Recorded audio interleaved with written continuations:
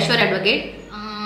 అప్పులు ఇచ్చి ఇంకా డబ్బు వెనక్కి రాదు, ఎలా ఏంటి అని సఫర్ అవుతున్న వాళ్ళు చాలామంది ఉంటారు. అట్లాంటి వాళ్ళకి చెప్పేది ఏంటంటే, మీ దగ్గర మీరు అప్పు ఇచ్చినప్పుడు చెక్స్ కానీ ప్రామిసరీ నోట్ కానీ మీ దగ్గర పెట్టుకోవాలి.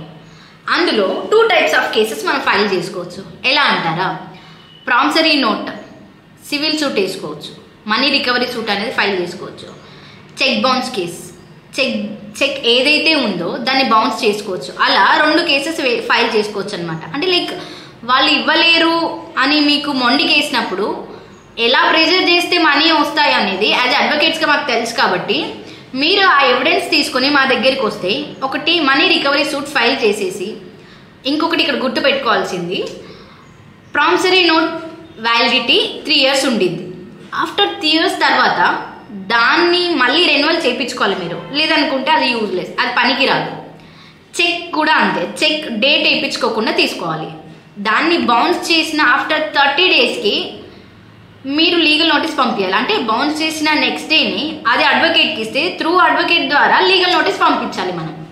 అలా చేస్తే మీ మనీ మీరు రికవరీ చేసుకునే సిచ్యువేషన్లో ఉంటారు.